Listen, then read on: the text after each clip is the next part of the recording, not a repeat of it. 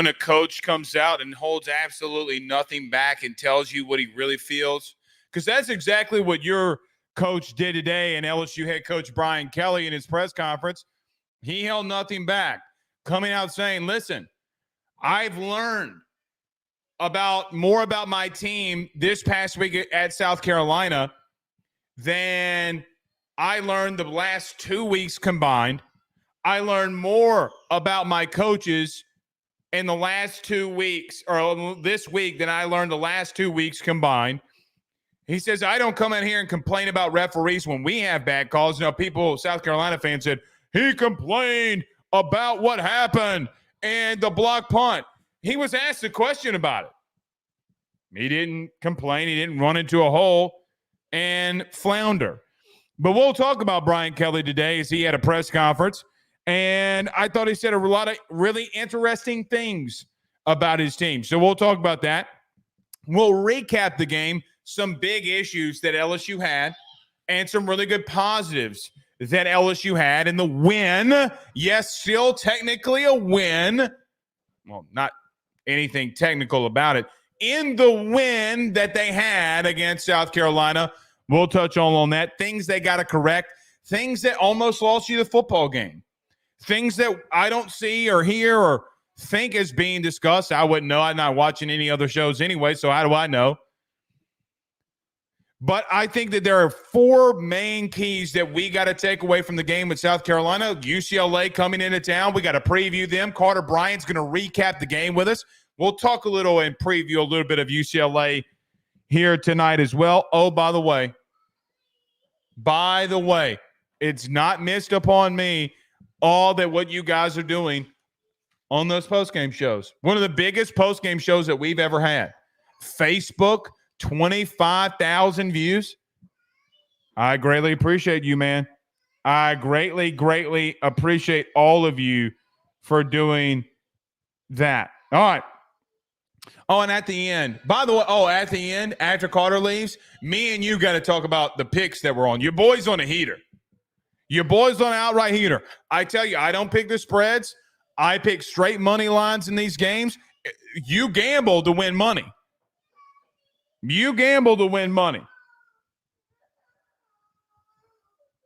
So we'll get to that at the end as well. By the way, Carter Bryant joining us at 7:30. Going to be very, very fun. Joseph says, all the way from the 318, 3-1 great, always showing up and showing out. We greatly appreciate you being here. John Crawford says, big rants incoming. I mean, look, there is a rant that I want to go on, but I don't think that any of you are ready for it, if I'm being honest.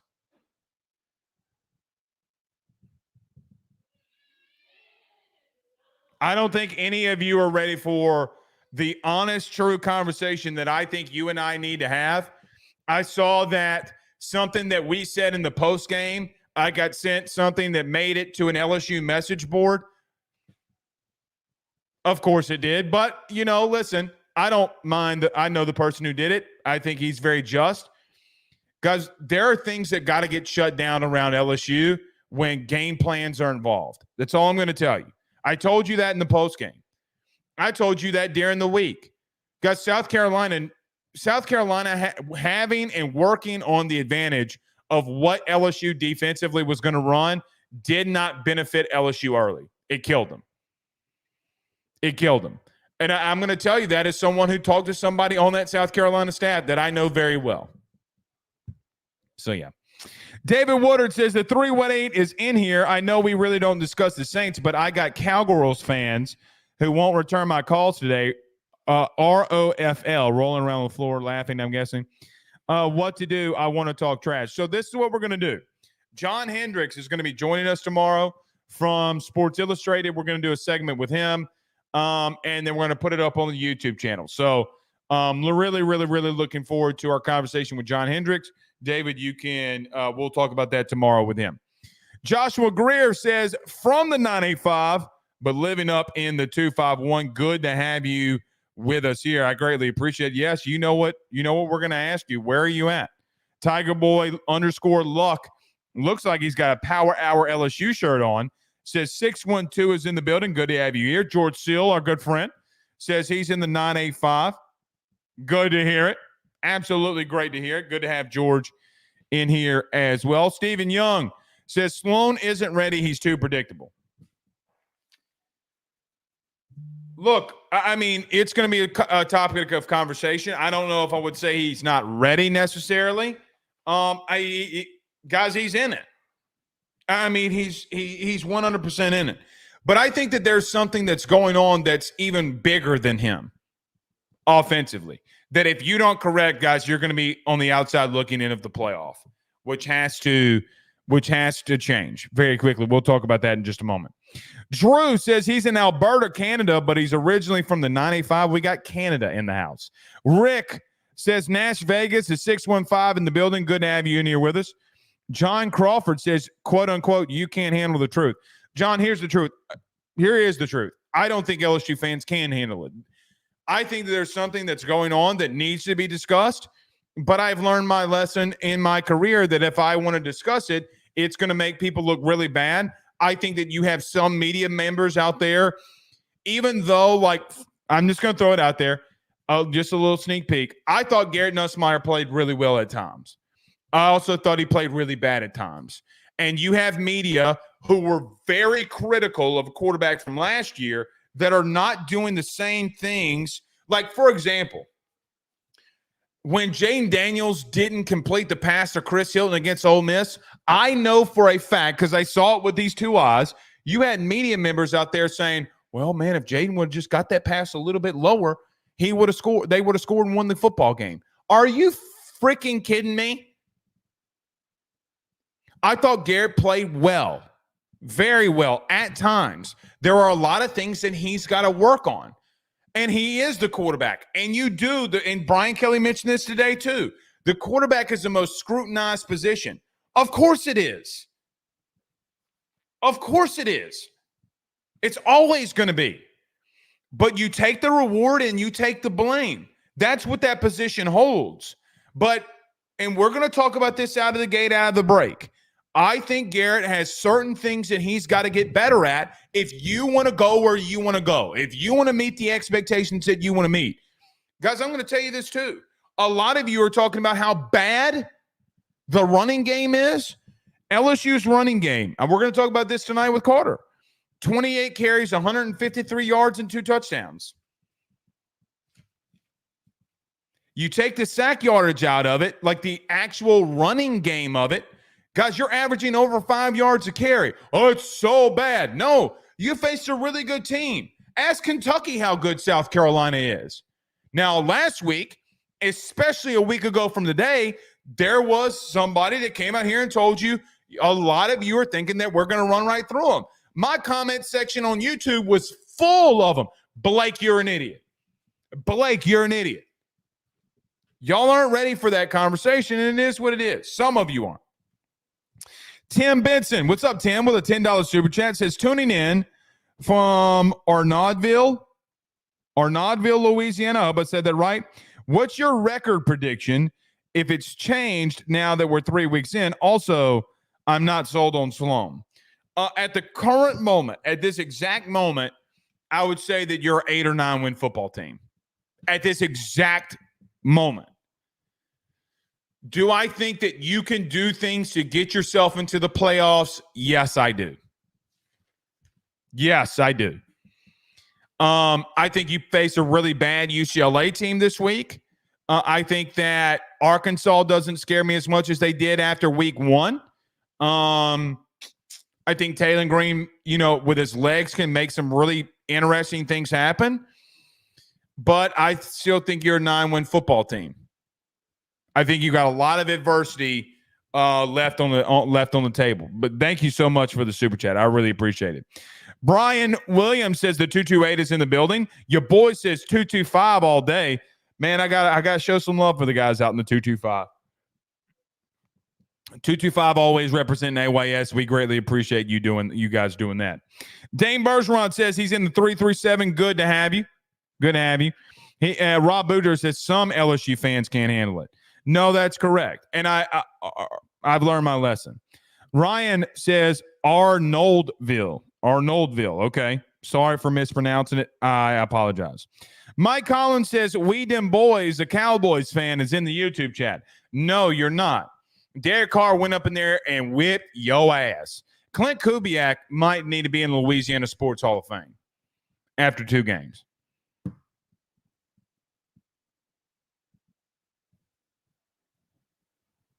Just calling it like it is. Joseph Buchanan on YouTube says, Blake, there are a lot of Sunday players on that South Carolina defense. Hell yeah, there is. Emanwari, the safety. Dylan Stewart's going to be a Sunday guy. The other end, both interior tackles are going to play in the NFL. They have a linebacker that's going to play in the NFL. Guys, you face a really good football team. Really, really good football team. All right, a couple more, then we got to get rolling.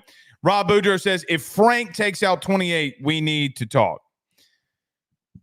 Here's the problem I have, and I think that there's a lot of bad criticism coming on Caleb Jackson at the current moment. He's just not a back that you can just plug and play. He's just not. But it's not missed upon me that Caleb Jackson had 2 carries in the second half for 20 yards, and you didn't give him another touch. I know it is what it is, but Caleb Jackson had the hot hand, and you got to ride the hot hand. You got to ride it, man. I would expect you see all 3 backs again this week, and you're going to continue to see the rotation. It's not changed since week 1. Now, Caden Durham didn't produce in week 1, but I do think that you'll see Caden Durham a little bit more, and you got to get him some more touches against what might be a bad overall defense in UCLA. All right, let's get to it. Everybody do us a favor by hitting the like and share. If you're on Facebook, do us a favor. Man, I'm telling you, the guys over on Facebook are really helping us out a lot. A lot of you watch the show. You don't follow the page. It's really weird. Do us a favor. Like our page on Facebook. Share to all those social media groups and all to your social media pages. We greatly appreciate y'all doing that. Where if you're watching us, listening to us on YouTube, like, subscribe, notification bell, and wherever you listen to podcasts, do us a favor by rating, reviewing, and subscribing. Still number 1 on Spotify. How about that? You got to love it. You absolutely got to love it. All right, let's get to it. Let me get to a quick break. We'll come back. I'll give you a lot of things and recapping the game, things that we need to discuss. We'll talk about Brian Kelly, and Carter Bryant joins us in about 30 minutes. So let's get to it. Lots to discuss. Stay with us. BetOnline is the fastest and easiest way for you to wager on all of your favorite sports, contests, events, with the first-to-market odds and lines. Find reviews for all the news for each league, including Major League Baseball, NFL, NBA, NHL, combat sports, college sports, esports, and even golf. BetOnline continues to be the top online resource for all of your sports information for live in-game betting, props, and futures. Head on over to BetOnline today and use your mobile device to join and make your first sports bet. Use our promo code BELIEVE50, that's BELIEVE50, BLEAV 50, to receive your 50% off welcome bonus on your first deposit. That's betonline.ag, betonline.ag. He will sell your house and find you a new. Well, Tyler's the man, he's here for you. If you want to buy or sell, well, it's not too late. Dial 955-0008. Just call 955-0008. Y'all call Tyler, he'll shoot you straight.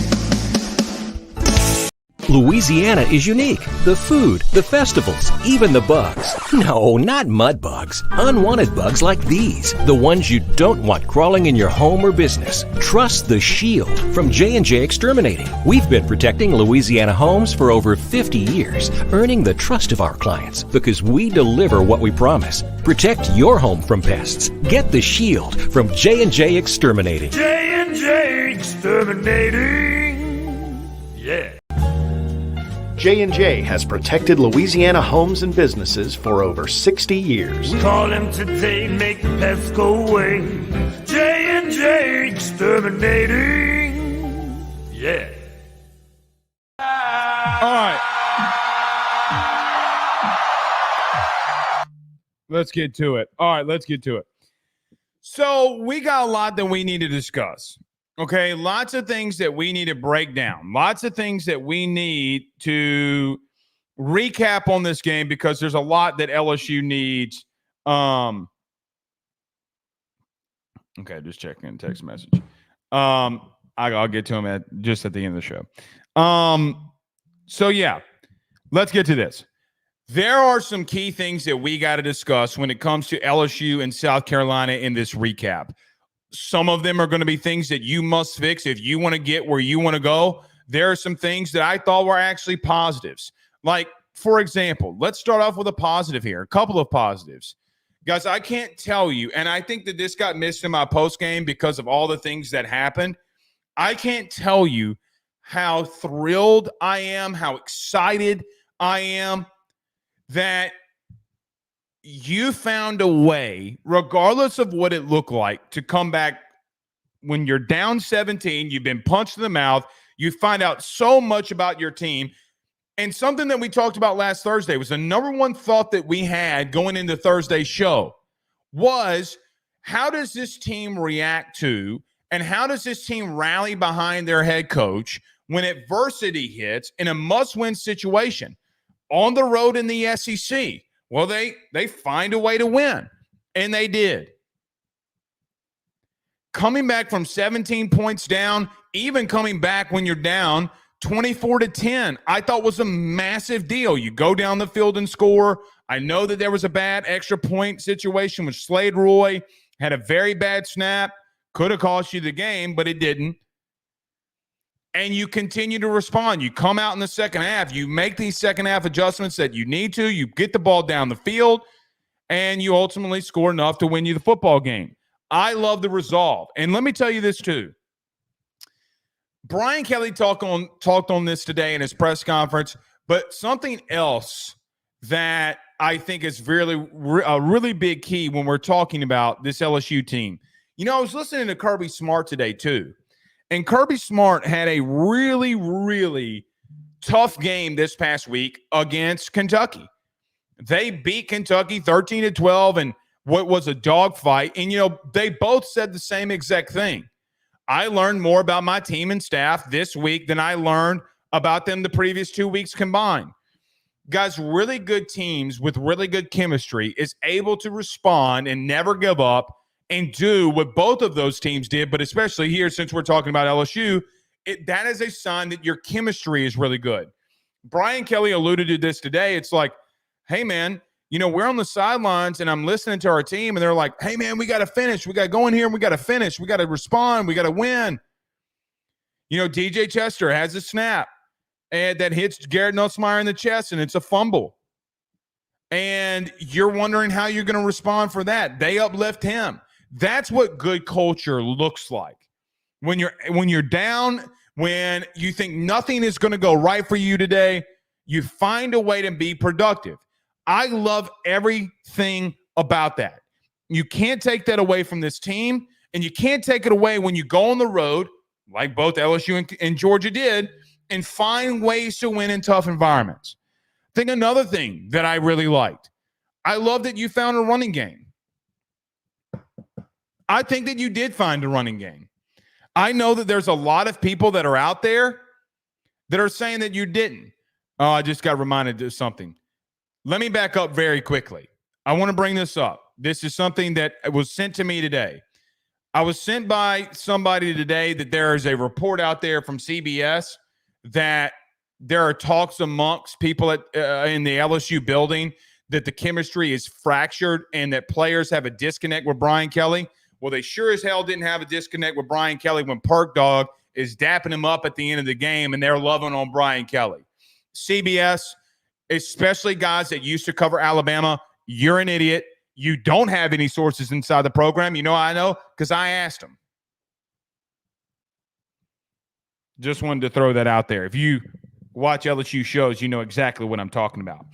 I love that you found a running game, and a lot of people disagree with me on this. Your running backs had 28 carries for 153 yards and 2 scores. Guys, you were over 5 yards a carry. And I got to be real with you. I know that Caden Durham was the one that came in and produced 98 yards of that. I'm with it. I love it. I love everything about it. There's also 60 yards in there that you got from other backs that were featured that you got to love too.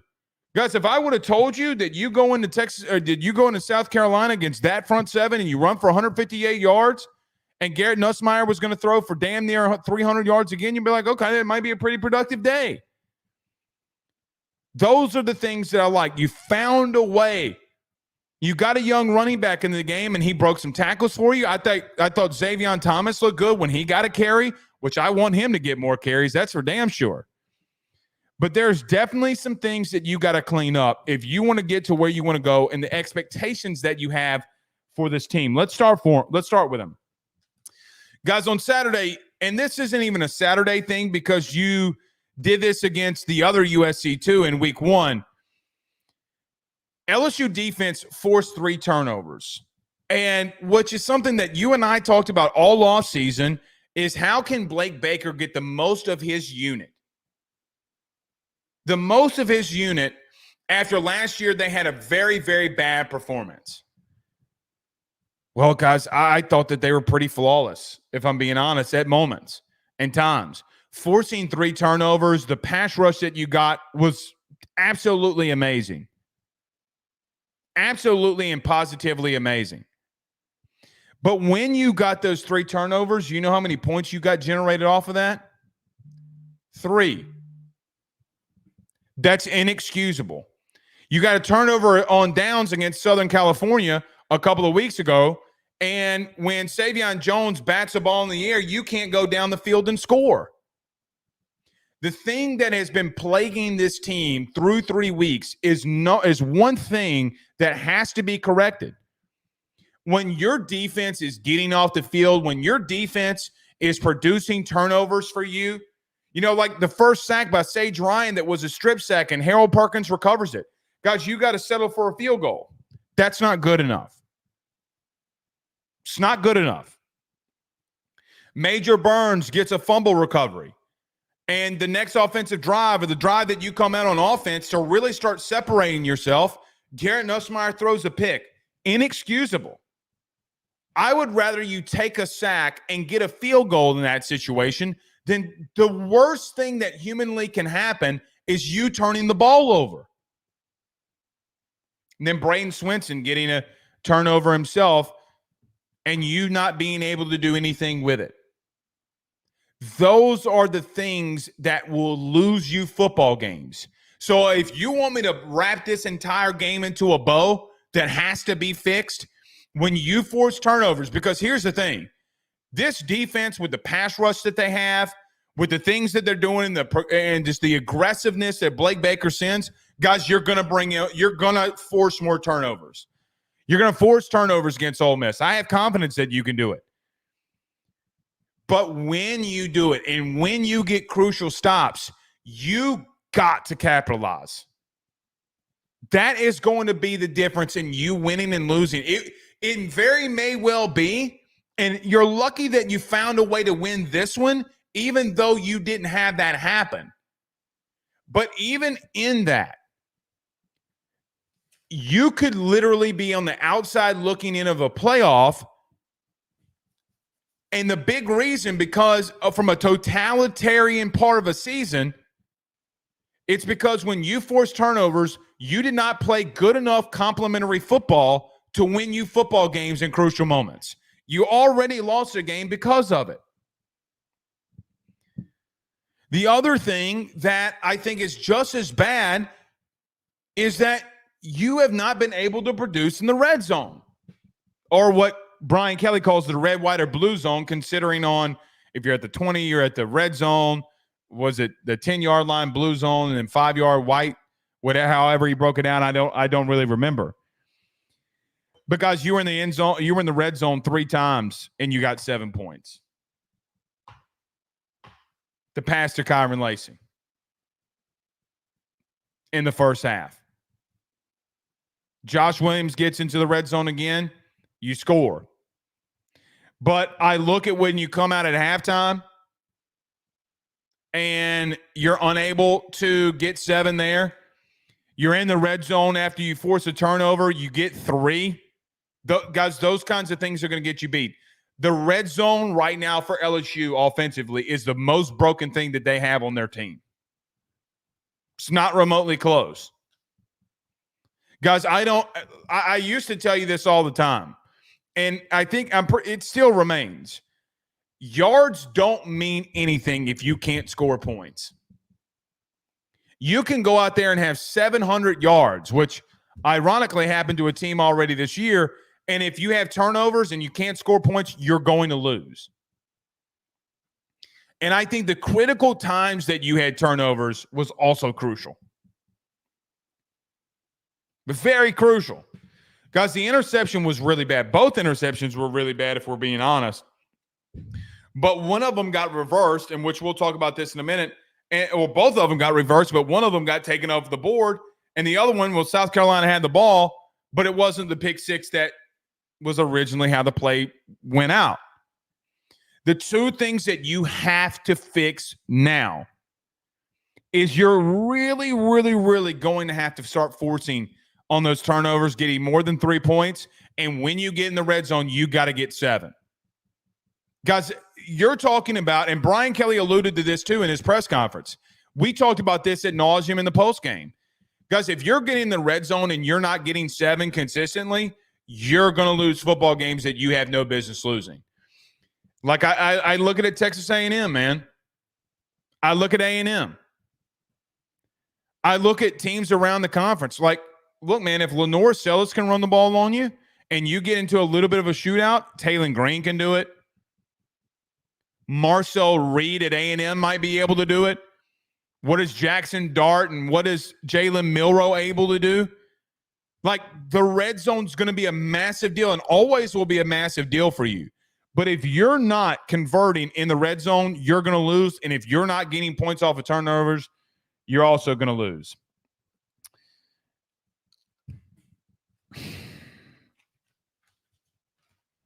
All right, I'm just going to say it. It's in my notes. I had contemplated all day about saying this, but I'm just going to go ahead and say it.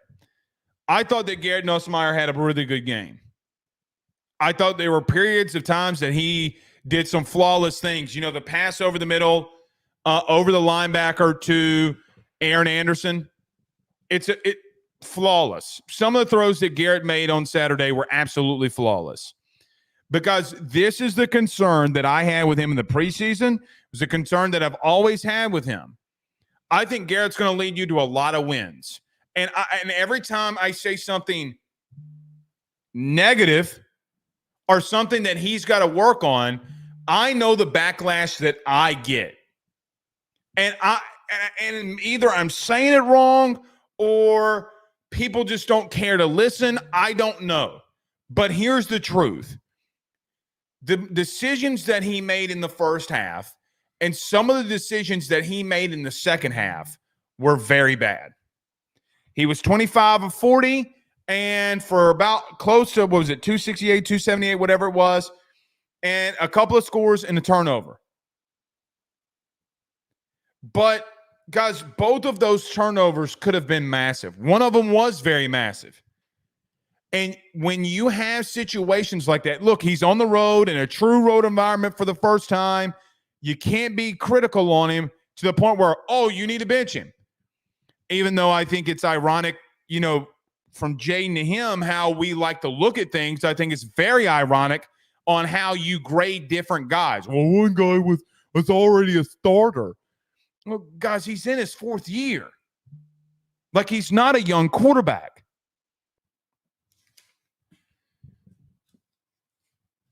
The thing with Nuss and everything that he does, you got to limit the mistakes. And I'm not talking about mistakes in reference to wrong decisions in reference to you make a bad throw. I'm talking about the boneheaded decisions like throwing into triple coverage and what was a pick six. Let's call it what it is. Okay, even though he got lit up on the play, guys, that would have been a backbreaker and you lose the football game. I think Garrett, I can't say this enough. I think he's going to grow. I think he's going to be a very good quarterback. But those are the I told you this in the offseason, so you can go back and listen to it if you like. And if you say that I'm just making this up, Jaden Daniels' best ability was the ability to not turn the football over. Great quarterbacks, their ability, like, for example, I watched Cincinnati and Kansas City last week or yesterday. Patrick Mahomes had very crucial mistakes, and that's Patrick Mahomes. And you have big media guys in Kansas City, even guys like Nick Wright on FS1 saying, yeah, man, we got lucky. Garrett's decision-making in crucial moments, guys, take the sack. Take the sack, especially when Robbie Ashford's in the game. And respectfully speaking, their inability to run the football on you or move the football at will is at a dire need. Like, they can't do it outside the long run that Raheem Sanders had.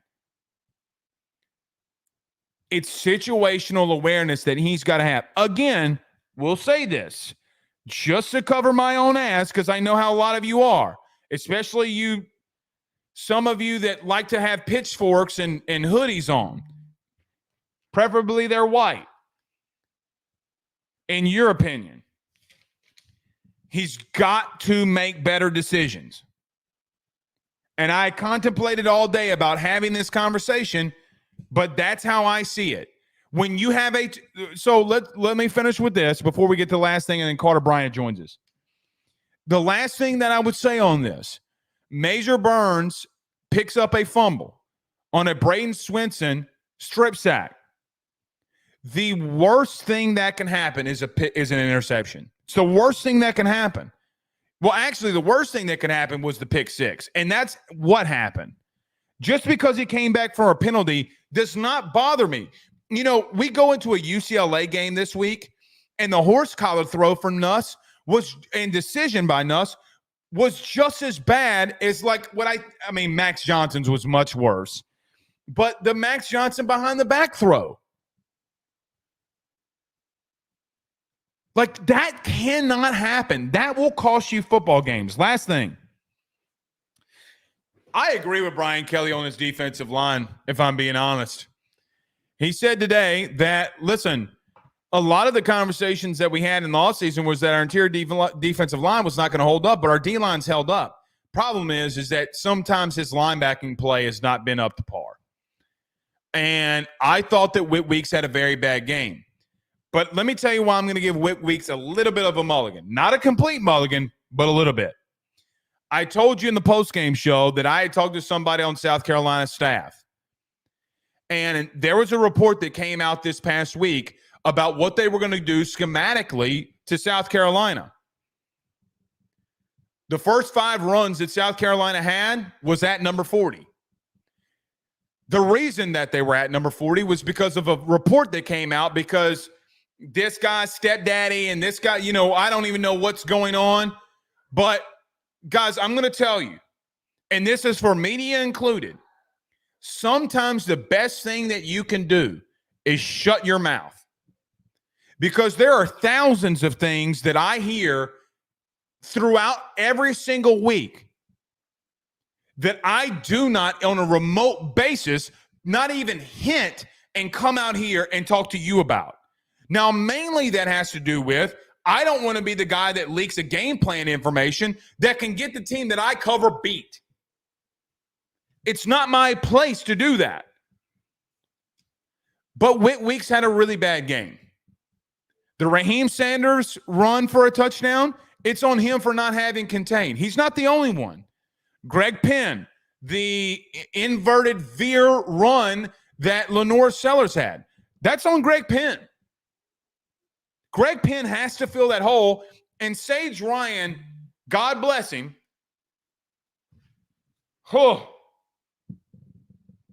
the explosive plays are a problem, and they remain to be a problem. But the reason I'm going to give Whit Weeks a mulligan, or a little bit of a mulligan, is because the game plan that Blake Baker had for this team in South Carolina was absolutely shit upon because of an overreacting report that was not true. Harold Perkins did not get moved to the Star. Guys, they ran a 4-3. They were very multiple in what they did. You know how I know too? Because your head coach came out today and confirmed it. Is Harold Perkins out of the Star? No. He's at Sam linebacker. Okay, thank you. Well, you're welcome.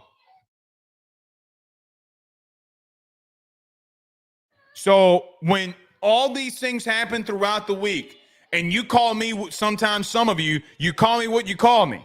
Maybe you need to make sure that other things aren't happening and posts need to be taken down. That's all I'm going to say. All right. We've got a couple super chats in here. Let me get to this. Carter Bryant next.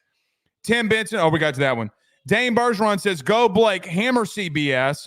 I'm glad we don't have to hear Gary Danielson. So, yes, there was a report from a CBS columnist today on a Baton Rouge show that I was sent that I forget I forget Tim's last name, but he said that he had heard that there was dysfunction between players and Brian Kelly in the locker room. Not only is that not true, he also used to work for AI.com, and every piece that he's written on Brian Kelly has been about his firing. It's not true. You know, go watch Harold Perkins and Brian Kelly at the end of the game, and you be the judge. You want to see a player that's disgruntled? The guy that posted it on Twitter is coming up next. Go watch Matt House and Mekhi Wingo last year. That's disgruntled. Adam with a $5 super chat says, what in the heck are we doing about these missed tackles? It plagued us in 2019, or since the team since 2019. No one wraps up anymore. I don't know, Adam. I really don't know. We'll have to ask Carter on that. I think it's just a functional thing. It's a want-to thing, too. You know, I think Harold Perkins, like the tackle that he missed on Raheem Sanders that could have been a safety, the first tackle of the game, those are things guys, I'm just going to I think that they got to find another option outside of Sage Ryan. I think Sage Ryan's a good young man, but they got to find a different option. And I think that option is Deshaun Spears. I think some of that gets eliminated because look at Deshaun's tackling. Guys, Deshaun is a safety, and he saved 3 touchdowns in the running game. It is what it is. Brandon with a $10 super chat says, I believe that Nuss can play. I'm still concerned about the turnovers. Do they continue? Yes, they're going to continue. 100% they're going to continue. And listen, me and Carter are about to talk about this. And I'm sorry I'm keeping them long, but I needed to get to the super chats. I told Carter all week I was terrified of this game because of and my main thing was about the turnovers.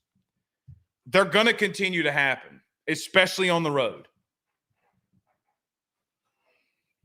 Guys, I fear the A&M game, if I'm being honest. I do. Turnovers are still going to happen. Thank you so much for the super chat. All right, I got to get to a break. Carter Bryant joins us next. Stay with us. Guys, you might know my good friend Carol Falls and all the great service that he provides over at State Farm. He is your good neighbor after all. But did you know State Farm has surprisingly great rates as well? Along with the great neighbor service, State Farm agent Carol Falls has surprisingly great rates for everyone inside the state of Louisiana. So call him today at 985-395-4300, 985-395-4300 for all of those surprisingly great rates on auto, home, and life insurance needs. Like a good neighbor, State Farm is there, and individual premiums will vary by customer. All applicants subject to the State Farm underwriting requirement. Guys, I want to talk to you about our good friends over the Drake Williams Law Firm and Drake Title Company. Are you facing tough times due to an injury from a car accident, navigating the complexities of divorce, or purchasing a new home? At the Drake Williams Law Firm and Drake Title Company, they understand the challenges you're going through, and they are here to help. The lawyer team of Ernie Drake III, Ryan J. Williams, and Summer Vignair, along with Morgan Daniels, have the experience and proven track record to give you that peace of mind. Give them a call today at 985-386-7600. That's 985-386-7600 to schedule a free consultation at their brand new office located in historic downtown Ponchatoula. They're also doing a special, the AYS special. If you're refinancing or closing on a home in Southeast Louisiana, request the Drake Title Company to handle your closing. If you mention Blake Ruffino and AYS, you're going to receive a $400 discount on title fees. Again, give them a call at 985-386-7600. Let them know that Blake Ruffino sent you on by. Carter, the power, Bryant. Sorry I kept you a little long there. That's what she said. But sorry I kept you a little long there. But I had to get to some stuff. How are you doing, good sir? Oh, no, I will wait as long as people are still donating money to you. I appreciate that. I'm not worried about feeding you. I'm worried about feeding Ben. I know Dude's a garbage disposal. Yeah, dude, he's a tank. He's an absolute tank. I'm glad he wasn't there when we had our Totino's pizza many years ago. Oh, he was pissed. Yeah, he would have destroyed that. But Blake, it is good. It is good to be with you, and it is good that LSU won one of the ugliest games known to mankind. And I'm so sick and tired of hearing South Carolina fans blame the officials. Okay, you can. Let's start off there. What did you think of? What did you think of it? You can blame the referees all you want. Okay. Mm-hmm. Now, did you get unlucky? Yeah, you got unbelievably unlucky. You should have won the game, and you had a lot, and I mean a lot of unlucky breaks that went in LSU's favor. I can hear that out, but I can't hear the official thing again. I just can't. Like, yeah, were there some? Do you think it was a horse collar on Nuss? Yes, it was. Do you think it was a blind side block on Nuss? Yes, and if you pull, it's been clear because I used to get this wrong myself. If you pull the nameplate, it's a horse collar. It's blatantly clear. So you got unlucky. Now, were there some calls? Do I think the calls overall tilted in LSU's favor? I do think so, but I don't think it was anything crazy. And Blake, I'm the last person to defend Jason Autry, and he did some bad stuff in this game. Okay, he is the worst official. He had some horrible calls, but I don't think it was so much in favor of South Carolina. I also think, and this was in the film study and nobody mentioned, and I went on a deep dive on this last night, Blake. There's also a misintentional grounding against Robbie Ashford that I think would have been huge because it would have pushed their field goal back.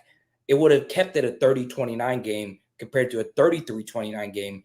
It would have made it a tougher field goal as well. So there's a lot of different things that you can point to in that game, but I don't think the officials were so in favor of South Carolina to where all these people are bitching and moaning about that. Okay? Yeah, and look, alpha dogs don't complain about the referees. You don't. Alpha programs don't. You know, like, listen, I got to be real with you. Like, I even if you take away some of those two penalties, Garrett Nussmeier, it's a blindside block. LSU was literally hit with that on the pump before on Xavier Thomas when he got 10 yards. By the way, they needed that 10 yards, okay, when they were trying to go down and score.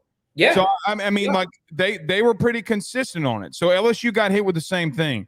Right. Let's get on the field because, look, I'm with you. I'm very tired of we lost. Well, good on you. Good on you. Yeah.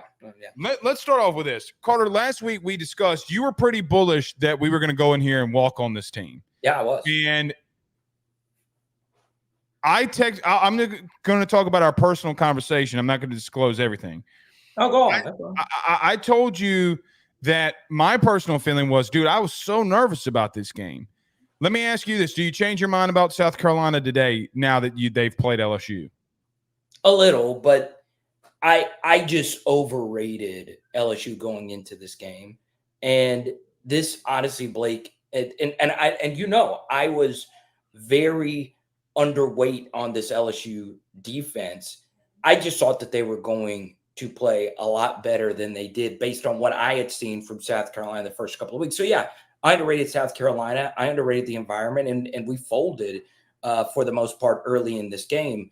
And we do have to have a serious conversation about Brian Kelly and all these games where LSU is unprepared for. I mean, it just always seems like they've dug themselves in big holes. Now, it wasn't as big of an issue last year as it was in 2022, but you were sluggish to start versus Nichols. You were sluggish to start in this game. So whatever the case may be. I saw you talking about, reports or whatever, but you should also look in-house. Are teams able to pick up your signals? That's something you have to worry about. Now, I know there's radio communication. Is there something They're still using signals. Right. There's still things that people can pick up on. Are there tendencies that people are seeing? What is it with all these slow starts, right? This has happened now in multiple different seasons, and there are a lot of. Well, it's happened the first 3 games. Yeah, I mean, it was very clunky in many ways to start the USC game. So that's got to be fixed, and that is ultimately on the head coach, right? You've got to have a better planned out game plan for what you want to do. And as you've talked about, Blake, the run fits were abysmal. Whit Weeks had a really rough game. South Carolina was very much ready to run the football at Whit Weeks, and that would have been the exact thing I would have done as well with him starting, right? Well, they wouldn't have known that or to do that, or probably might have not made that adjustment if that wasn't published. And I'm going to say this because I'm going to ask you in just a second your big takeaways. I know we're on the biggest one here, but look, man, I talked to somebody. That's why I made a big reaction of it on Thursday. People said I was overreacting to the situation at hand, and I knew that I wasn't. They had prepared for it. Yeah. They had prepared for it. And then look, does Whit Weeks got to have contained on the Raheem Sanders run? Yes. That's inexperience and lack of experience. But the simple nature that he knew to bust it outside the way that he did, and some of the things that they did is not an LSU problem. I'm going to tell you what it is. Listen, brother, it's that they knew what to do. And I think that when we talk about reporting and we talk about specific things, that's the kind of thing that hurts your team. Carter, I know I am reporting. Okay, you know my track record. I am reporting that they knew and prepared for it and openly went after it.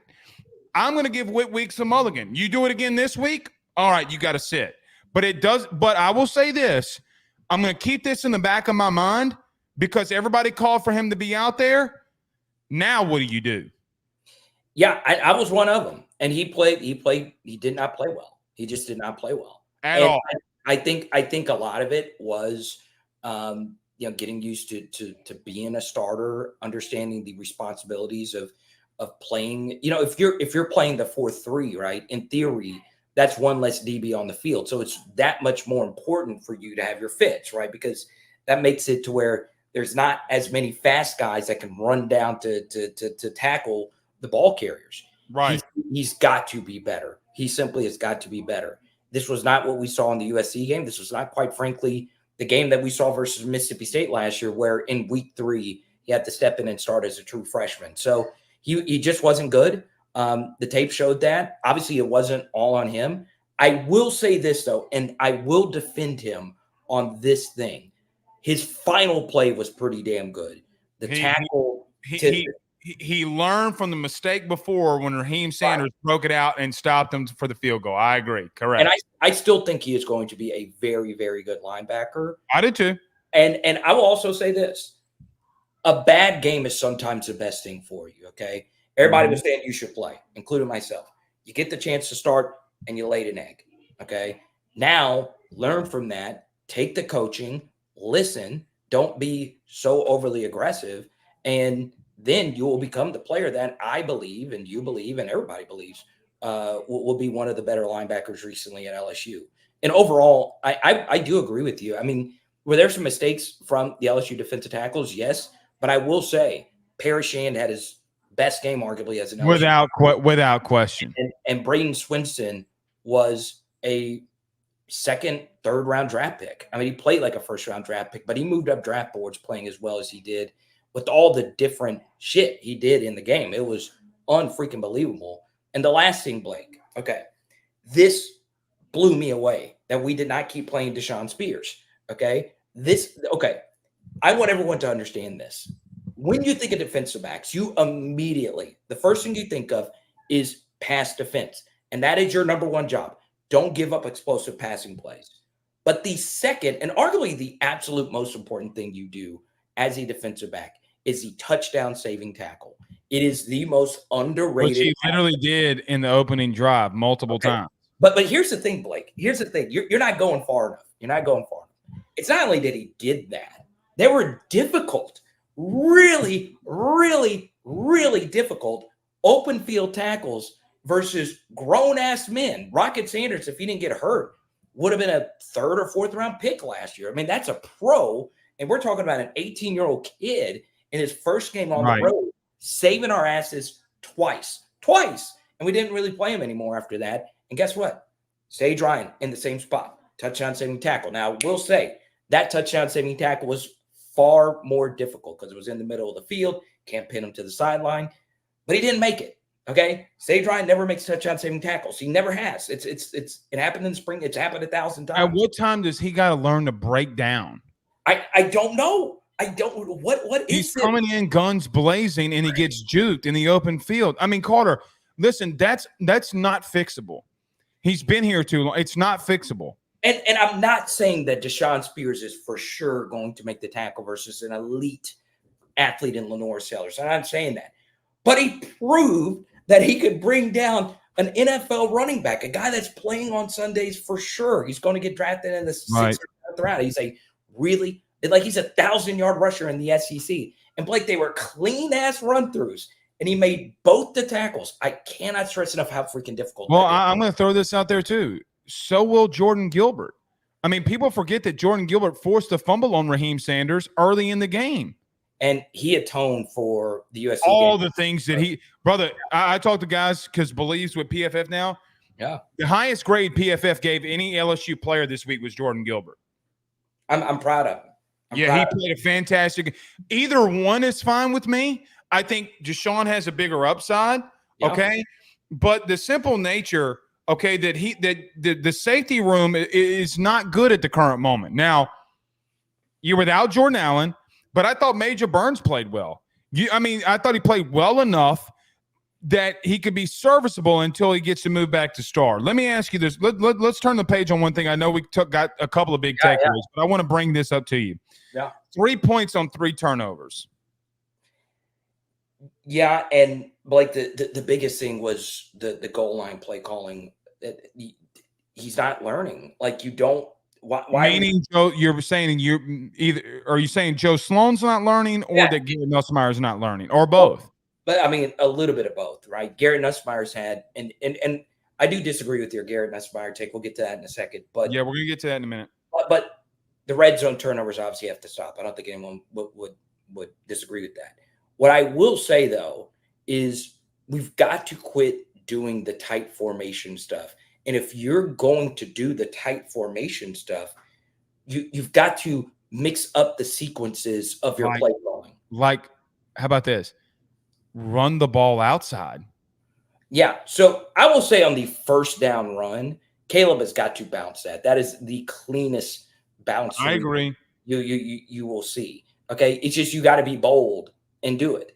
Right. But this is another. We're going to do this every single week. This is from your film study. Okay. 3rd and 1. Look at how many people are in the box. Do you want to know how many that is? It's 9. So when you're trying to get a yard and you have 9 dudes in the box, that is not cohesive to running the football. By the way, speaking of that, okay, and running the football, which we'll get to in a minute, the running backs had 28 carries for 158 yards and 2 touchdowns. So I'm not overly I think you're average in the running game. But it's schematically when you spread them out that you were different. But the point that I was trying to make, Carter, 3 points on 3 turnovers is abysmal.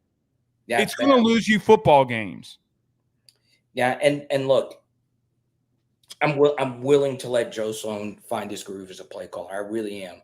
One thing, all right. Now, Blake, I got a lot wrong about the South Carolina game. I did do a full deep dive onto what I would do to fix and unlock the LSU running game. And a lot of it was Caden Durham just being spectacular. I am very happy that LSU increased what the Saints also increased this year, which is action. There you go. Look, right at the same time. Garrett Nussmeier his combined play action attempts per PFF, and I just saw this in the film study as well, but they have the exact, digits to it. He had as many play action passes in the South Carolina game than he had in the 2 games combined prior. Through 2 touchdowns, no interceptions. And guess what? Our dear beloved New Orleans Saints, they were last in the NFL in play action rate. And before Derek Carr came to the Saints, when he was actually a good quarterback with the Raiders, he was the best thrower on play action percentage. So guess what Coach Kubiak decided to do? He said, well, let's run more freaking play action. Okay. And guess what happened? The Saints have been the best offense objectively in the NFL, not the Chiefs, not our dear beloved Joe Burrow with the Bengals, not the 49ers. Play action unlocks everything. And I do think it also helped with the run game. It helps with your run sequencing. I do think there are some things personnel-wise that Joe Sloan needs to mix up. There are some tendencies that are very easy to pick up from defensive coordinators that I brought up some in the film study, and it should get fixed. But I do give Joe Sloan a lot of freaking credit for increasing play action rate. And I think it's even more important, Blake, to do it when you have a pocket quarterback like Garrett Nussmeier. So you went to a split T formation 2 times when you came out at half at the red zone. You didn't score. Actually, 3 times. Here's a novel thought. And this has got to come from BK, so I'm not putting this on Sloan. Right. Get your quarterback under center and QB sneak and bush push that thing. Yes. I'm going to say this, and I don't think that this team is. I don't think Brian Kelly is. I don't think Joe Sloan is. It makes you look like a pussy. When you're not able to line up and get a yard or 6 inches and you can't run a quarterback sneak, it makes you look like a bitch. And that is what teams will continue. I'm telling you, it's what teams will continue to say about you if you can't get 6 inches. That's what she said. If you can't get 6 inches. But Carter, here's the truth. I know you don't want to hurt Garrett, and I understand it. But you got to be able to line up and punch somebody in their shit. And I'm about sick and tired of you not being able to line up and go under center and get 6 inches. Hey, get a 6 inch from Subway. Measure it out. And if you can't go under center and get that, you don't deserve to win football games. I am more upset that they had 3 turnovers, one that was in the red zone, and that you got 3. Carter, you got 2 turnovers that were inside the 20, and you got 3 points out of them. No, it was bad. And it's abysmal. It is quite honestly the worst thing that Brian Kelly's ever done. That's the worst thing that's ever happened to LSU in that exact moment. Well, I wouldn't say the worst. There's been some Carter, you cannot get they started at their own 20. Okay, yeah, I know, but I wouldn't not running a QB. Okay, fair. All right, maybe I'm over-examining. I'll never forget that. But yeah, I mean, I'm with you on the under center stuff. It makes no sense in the modern game to not do more under center if teams are going to run more deep safeties. Because you know what pulls a safety into the box where he can hit deep stuff is a long play action fake. All right. It's so tough. You mean the way that Mason Taylor scored? Yes, exactly. Blake, I would run so much. If I were an offensive coordinator, I would do exactly what Kubiak does. Outside zone, teach everybody on my team outside zone, and just play action out of it. And that has worked. That has worked. Malik Willis did it this weekend with the freaking Packers. With a puked football. Puked football. Yes, that was an all-time best clip. But I saw someone in the chat, and I will answer this. All right. There was someone, one of your Facebook viewers. I'm not as big on Facebook, so he's probably never heard of me. I'd have to scroll up to see it. But you have a huge Facebook following. I did see a few viewers say, well, you need to be able to run the football for play action to work. That's not true. All right. There's been a lot of studies done on this. Play action is still effective because Garrett Nussmeier has been effective on play action up to this point with no running game. The opposite is actually true, Blake. If you look at LSU's best runs, they've actually come on plays after play action passes. John Emery's best run on the season, that 66-yarder, came on the play after a play action pass. Josh Williams' best run from that game. Caleb Jackson's best run from that game. Go look at the Wisconsin game. Their best runs all came on plays after pass plays. So, in essence, the pass play actually opens up the run. And now with Kane and Durham, with some of the things you're able to do out of shotgun, you actually have someone that can break tackles. I will also say this: play action passing is better if you do have a running game, but it's not a prerequisite for it to work. Well, even to your point, I here's my thing on the running game. I thought that they progressed massively. Yeah. It backed South Carolina out, okay, to the extent when Caden came into the game, you got to break tackles. But here's the thing that's not helping this O-line at all. They have zero respect for Garrett Nussmeier ever pulling anything, and that is going to continue to happen. Dylan Stewart had no respect. Kincaid had no respect for him ever pulling the football. And you know what? If you run a zone read right there, you're getting a first down. It feels as if that they're trying to protect him at all costs, and I understand why. I do. I get why you're protecting him at all costs. Here's the thing, though, about being in the red zone and not converting those into points. It's going to lead into our Garrett Nussmeier conversation. Yeah. I'm going to prerequisite this, okay, by saying I don't think that he had a bad game. And I don't want anybody to think that Blake Ruffino is saying that he had a bad game. But, Carter, he missed 15 throws, okay, and some of them were really bad, and then some of them were really great plays by guys like Aaron Anderson, who also we're going to talk about in just a moment. Yeah. The interceptions are boneheaded. That's what bothers me more than anything. It's not that he's throwing it. It's not as if that he's getting confused and throwing the pick. The horse collar is not being confused. It's that he doesn't want to take a sack. Okay? He's pressing too hard.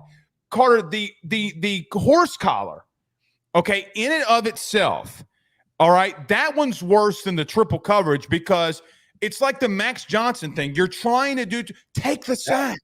Yeah. Take the sack. And Blake. Last point. Yeah, go ahead. When Major Burns recovers that fumble, the outright last thing that can happen is that he throws the interception. Yeah. It's the worst thing that can happen there. And he did. And Carter, I'm going to be real with you. He threw it into triple coverage.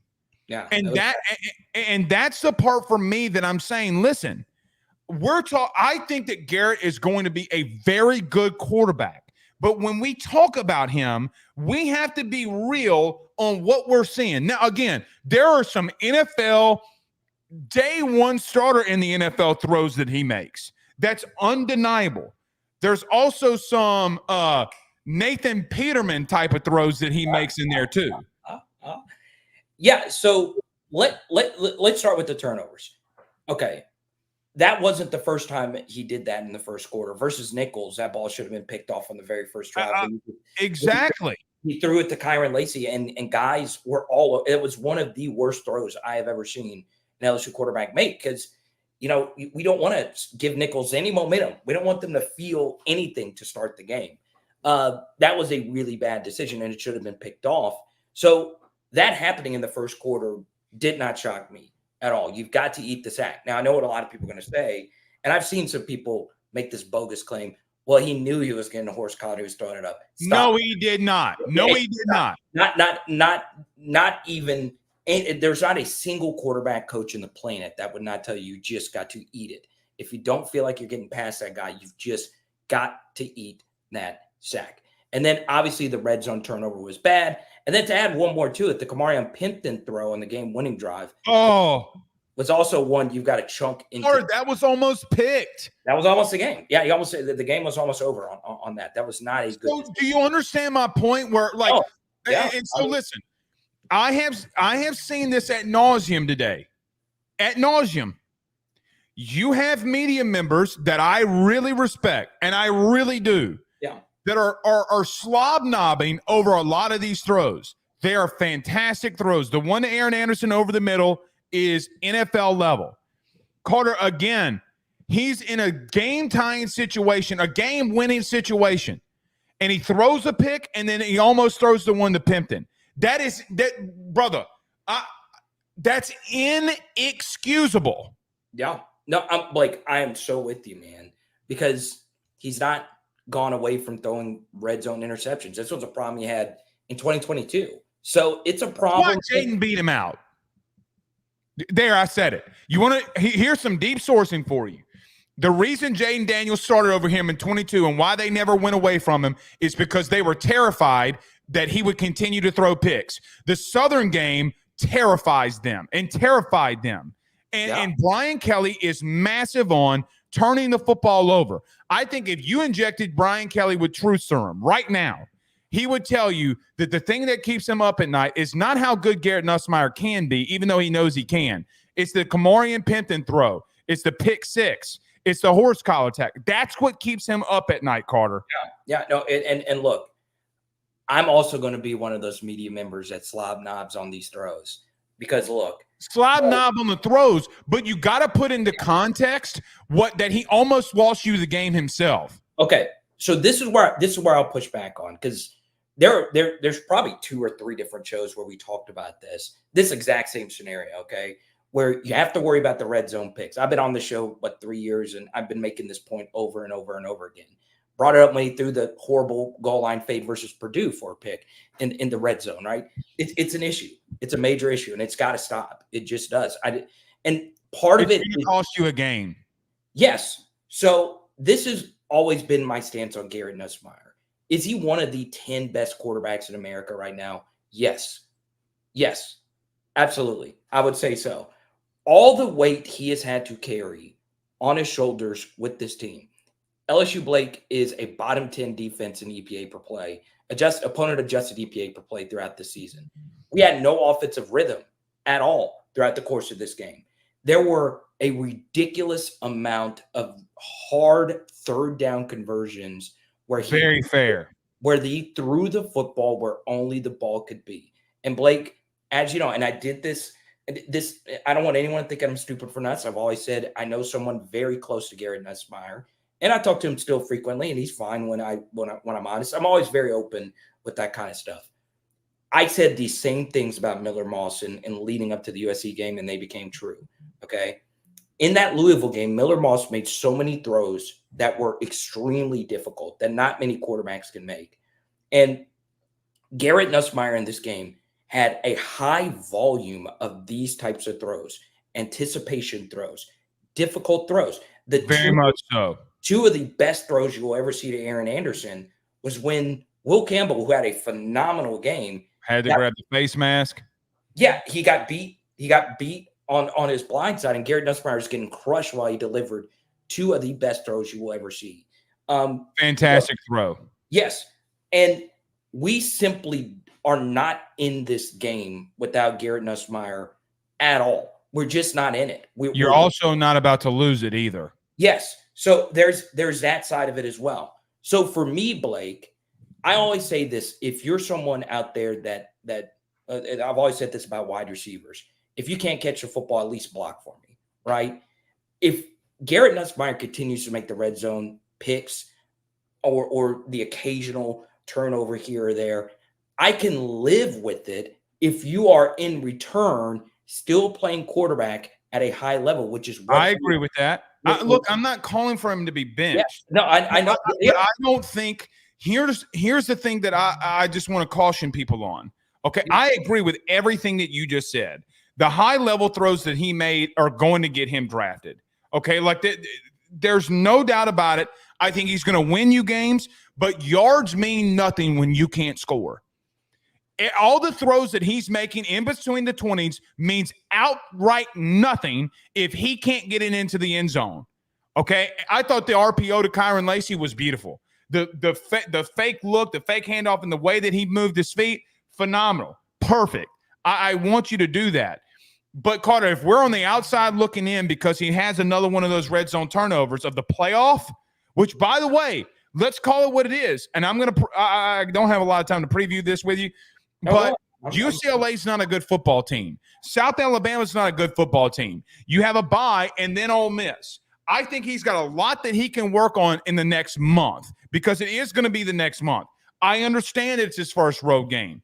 I get all of that. But there comes a point where this has got to be something that has been focused on. I went back to a spring video I did, a practice report that I did. Do you want to know what I led the show off with?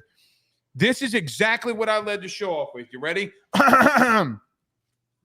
Garrett Nussmeier, 1 for 12 in the red zone, picked off 3 times. Now it's And I'm telling you now, listen, Jaden Daniels' best ability was not turning the football over. That is it. That was his you cannot give the other team. I'm going to be labeled a Nuss hater. I already know what's coming for me. I thought he won you the game on the 13th possession. He made some really great throws. There just comes a point where if you do, I don't care what you do in between the 20s. If that's the result I'm going to get. Here's another thing that I think is hurting him too. Joe Sloan has given him nothing to work with at times. Yeah. Nothing. I mean, and that's also part of why I'm giving us a little bit more leeway on this, is that the stuff he's having to complete are really, really, really difficult throws. Okay. And that's part. But there's come a point like Aaron Anderson. Let's talk about like Aaron Anderson saved him 3 times on 3rd downs. Saved him because the throw that he makes over the middle. I'm going to expose myself a little bit. Aaron says he couldn't see the football. Oh, that's amazing. It was behind him, but it was behind him, and he said he literally just stuck his hands out there, and God caught the football for him. Good, Aaron. I like. But you know what the best play was? Aaron Anderson's your best wide receiver right now. I don't miss me with this Kyron Lacey thing. Aaron Anderson is your most clutch player on offense right now. Oh, come on. Don't go that far. He's not better than Kyron. He's better than he's going to wind up being better than Kyron. Oh, come on, Blake. I respect you too much for this, and I don't know if he's better than CJ. I don't know if he's better than CJ. That's another one. Here's another thing. The throw to CJ in the back of the end zone's got to be completed. It's a 6-yard throw. Well, yeah, actually, that shouldn't have been where he threw. I mean, the throw was actually supposed to go to Mason. They came back to the same play. Did you notice? Yeah, the Alabama play. But yeah, it's crazy. But I do want to show CJ Daniels some love. I do too.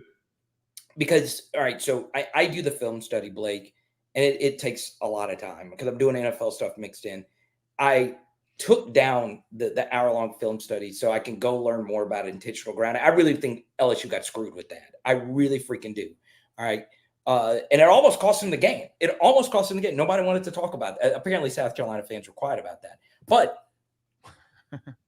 I don't look at the PFF grades until I do my own grades and watch the game over. One thing that blew me the freak away is CJ Daniels by far led all wide receivers in snaps.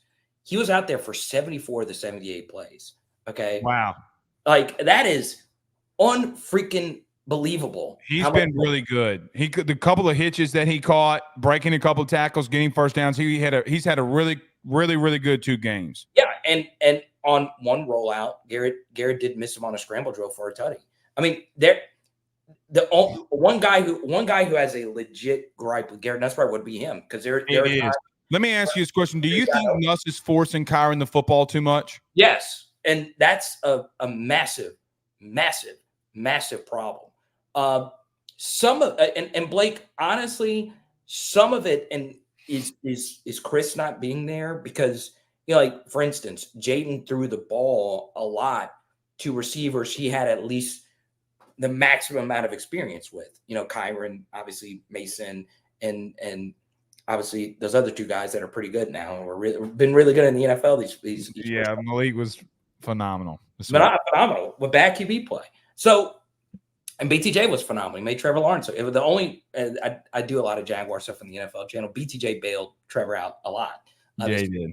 But the truth is, Garrett. I mean, a lot of these guys are new, right? Xavion's new, and obviously I'm super high on Xavion. He's got to get carries, by the way. You got to line him up and give him the football and let him run. I mean, he might be your second best running back. He might be. I mean, the thing that was crazy about his run was mid-run, like in the middle of the field, he actually switched the ball in his hands. I saw that. That was insane. That was like that needs to be the kid. They got to give him some carries. Yeah, he's explosive. But to your point about CJ Daniels. Yeah, he's played really well. The way this stuff normally works out. So one of my best calls doing LSU stuff was that BTJ was going to have a ginormous year last year. You did. I'll give you that. So part of what you need to do is look at the process of it. So the LSU coaches believe in CJ Daniels. They're playing him 74 out of their 78 snaps. Okay. That was more than Kyron. Cortez does for sure. Right. So they also, it took a lot to get him there because he was the best receiver in the portal. But on top of that, if you see on film that he's getting open, over time, those things start to turn into completions, right? It's part of why, Malik didn't have a good week 1, but Blake, he led the NFL in target share. All right. And after week 2, he has a 35% target share, which is very hard. That means 1 out of every 3 times they're throwing you the football, actually more than 1 out of every 3 times. So CJ is someone that you want to buy low on because he's going to get better even when Chris comes back. Because if you're getting open now, you're going to keep getting playing time. But you are right about Aaron. Aaron is really improved. He runs great routes. He's very quick, and he's fully healthy, right? He put his tail down, went to work, didn't say anything. The critical third down that he had, the one where he had to stretch out and get the first down, is the biggest play because you wind up scoring on that drive, right? Yeah, and one of his better plays last year, he had a huge third down conversion in the first half of the Arkansas game last year. He did. So he's not, as a smaller guy, he actually is pretty good over the middle. So, I've been skeptical of Aaron. I thought he was always good, but he has really exceeded my expectations. And, give him more touches. Yeah, he's been very, very, very good. Last thing. I think the rotation at wide receivers got to stop. I think you need to get Kyle Parker out of there. You need to keep Aaron Anderson in. Kyle Parker and Nuss do not have a connection, and I hate it for Kyle, but it's not working. Last thing I want to ask you, because I got to get you out of here. Yeah, no, I'm with you. UCLA's not good. What's your thoughts going into this game? Yeah, so Blake, I don't start my eval until Thursday, honestly. Okay. But here's what I'm going to tell you: they're dookie. Yeah, I don't know what they were doing with the hire that they made, but maybe the only guy that would take the job. Right. I think that's part of it.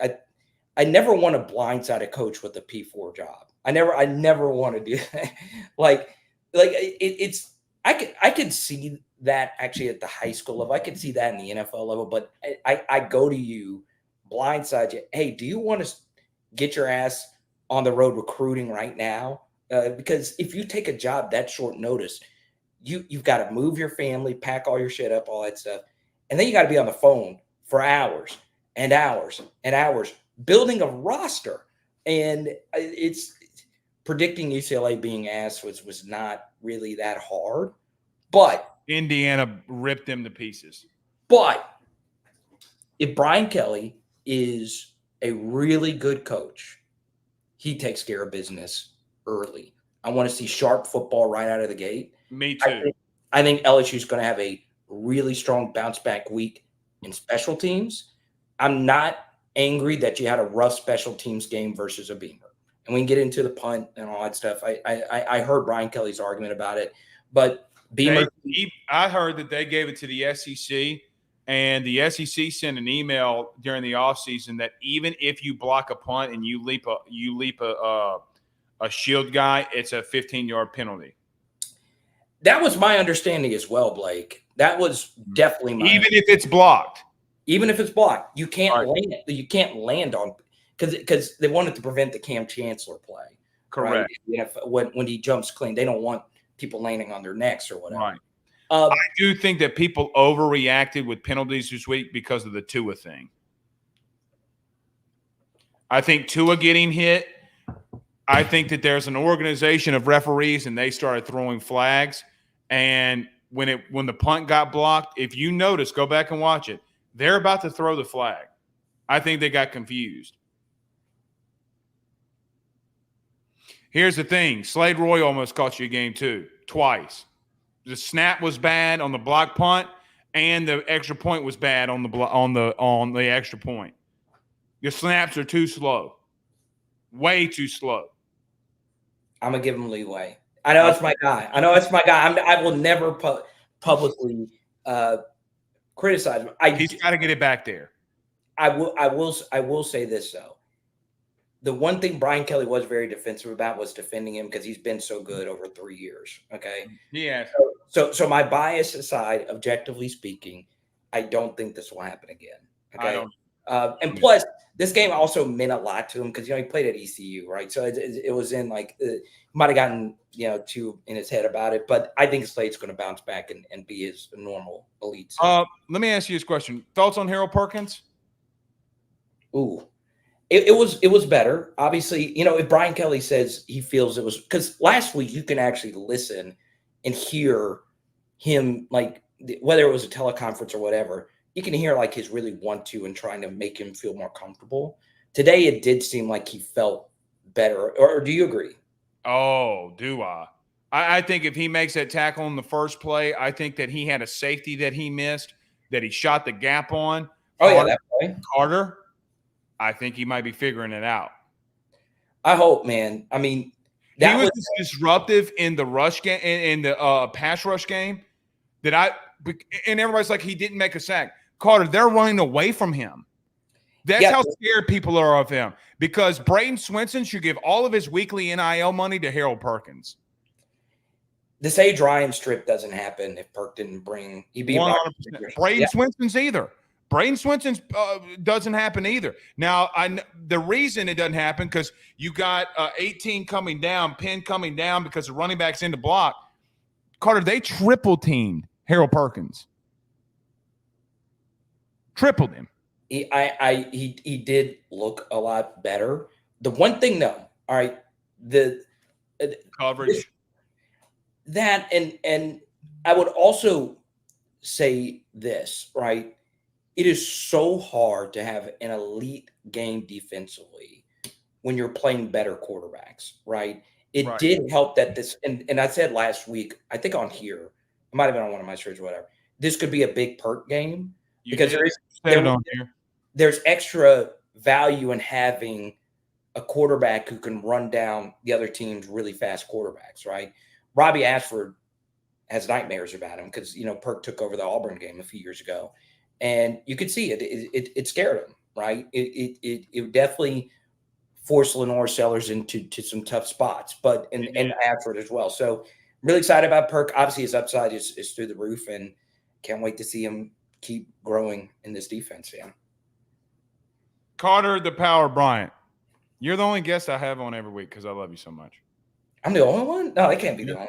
No, you're the only guest last week. You're not the only. Come on, Sam. That's the only why. Huh? See you next week, buddy. Thank you. All right, buddy. Cheers. Carter, the Power Bryant. I want to end it with this. Your boy's 22-8. No, 22-7. Hold on. Either I'm 20. No, hold on. 22 doesn't sound right. Hold on. Ending it with here. I swear to God. Stay with me. Stay with me.